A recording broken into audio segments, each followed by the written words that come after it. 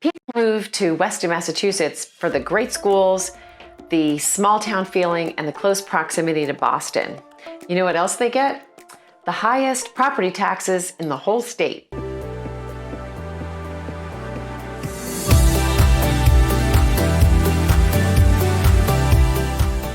I'm Jane. Welcome to my channel, Living in the Boston Burbs. I'm here to share all my information that I have from raising my family here, growing up here, and flipping houses with my husband over the last 30 years. Each week, I share a video about one of the communities in Boston, and today we're talking about Weston.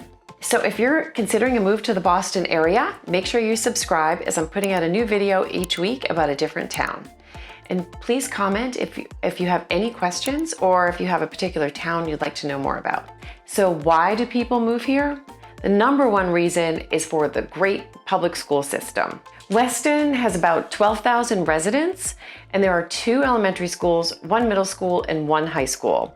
All of the buildings are beautiful. One of the elementary schools was rebuilt about 8 years ago. Also, what's kind of fun is when they assign you to an elementary school, they're randomly assigned. So your next door neighbor's kids might go to the other school. So it kind of takes away that whole which school is better thing. If you check niche.com, you'll see that Weston has an A+ rating, and Boston Magazine routinely puts Weston in the top 5 or 10, definitely 10, best schools in the state. You'll find Weston just about 12 miles west of Boston, bordered by Newton on the east, Natick on the west, Wayland on the north, and Wellesley on the south side. The Mass Pike does go through Weston, so you will get road noise from in some neighborhoods, and also 95 goes right by. So of course, both those things make it a super easy commute, but those are some considerations when you're thinking about choosing an area of town. So one of my pros is the town center. It's super cute, it's small, it has interesting architecture and some fun little retail shops. There's actually a new building or renovated building called the Weston Art and Innovation Center. You can take classes on anything from bookbinding to felting. And they have a library where you can check out things like sewing machines or any equipment that you wanted to do crafts with. Another pro is all the green space in Weston. They have over 2,000 acres of trails. One of our favorite places to walk is around the Weston Reservoir. There's some really fun restaurants in Weston. One of my favorites is Dumpling Daughter. There was a famous 5-star Chinese restaurant that was in Boston for years called Sally Ling's, and their daughter grew up enjoying more casual family food more than the fancy food she was getting at her parents' restaurant. So she has opened Dumpling Daughter, which is terrific, right in the town center. And a new coffee place that has gotten great reviews is called Heirloom, which also has a cute story. The owners actually grew up in Weston, and they met at this little diner across the street, which has since closed. The diner's name was Ye Olde Cottage Diner. And yes, ye old, like Y-E-O-L-D-E. And it was a great place to go. I remember taking my kids there when they were little for like a grilled cheese, and it had the old bar and a crotchety old guy that worked the counter. Now it's transformed into something way bougier called Heirloom. So check that out for lunch or dinner if you're here in town. One of my cons about Weston is that it's pretty expensive to live here. The property tax rate is not the highest because we tax by town in Massachusetts, but because the house values are so high, people pay more property taxes here than anywhere else. In 2021, the least expensive single-family home sold for just under $700,000.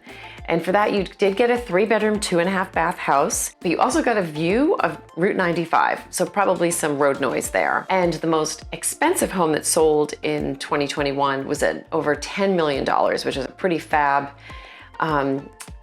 contemporary house that was on the side that's very convenient to commute to Boston, and a very pretty area where you actually get some skyline views from some lots of the Boston skyline. There are a couple condo developments, and one of them is actually quite reasonably priced. It's called Jericho Estates. It's walking distance to the town center. It's designed to look like a little New England village. I've sold units over there that are like 1 or 2 bedroom. They're all unique. Some have garages, and they start as low as 400,000. Even in the maybe in 2022 it's going to be 500,000. And then on the higher end, there is a beautiful development for over 55, which was designed for people downsizing from obviously very grand homes. Some of them are quite large. So the prices there range from under 1.5 to as high as around 4 million. If you would like more information about a specific price range or style, please let me know and I'll be sure to share that information of what's good for you and your family. One of my cons about Weston is the lack of walkability, because you know I have walk to town disease, and if I can't walk to Starbucks, I don't want to live there. So I love Weston, but it's not my cup of tea. When my nieces were in high school, they were envious of my kids who were raised in Wellesley, because even starting in 6th grade, actually even in 5th grade, at some of the elementary schools, you could walk to get a pizza or an ice cream after school. That is true of the middle school and high school here, and that is not true in Weston. Oh, another pro, there's a great town pool. It's an outdoor pool.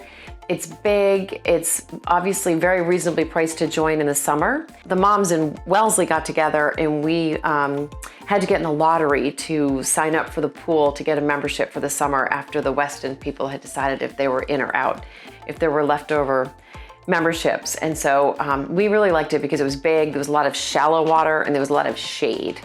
One of my cons is that people do have a lot of money. So the average income I read somewhere in a couple years ago was almost $900,000 per household. So that is going to color your family's experience. So here's a fun fact. Because of the proximity to Boston and because it is an exclusive community with a lot of privacy, you'll see a lot of celebrities or a lot of professional athletes from, like Big Papi lived here for many years. And his kids went to public school and rode the school bus just like everybody else. I know when his daughter had a quinceañera, the whole grade got invited, which is pretty cool. That is a celebration for when you turn 15. A couple other interesting things about Weston. There are not a lot of neighborhoods. So if you're looking for a cul-de-sac where all the kids are going to come out and play ball on the street, you're not going to find very much of that in Weston. Also, the entire town is on private sewer.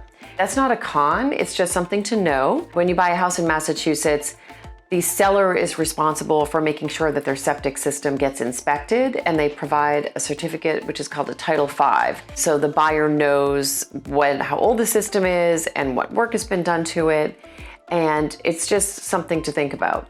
If you don't know what a septic system is, instead of paying your town or city for sewer, you have a private septic, and you have to think of it kind of like a roof. Every 20 to 40 years, you'll need a new one. If you take good care of it and have it pumped every other year, maybe every year, they tell you every year, but most people I know pump it every other year. It costs a few $100, and if you have a new system, you're good. You could be good for as long as 40 years. The average is more like 25 years. There you have it. That's all the scoop on Weston, Massachusetts. If you have any questions, please shoot me a message and I'll be sure to get back to you. I love to hear from my YouTube viewers. Let me know what town you'd like to hear about next.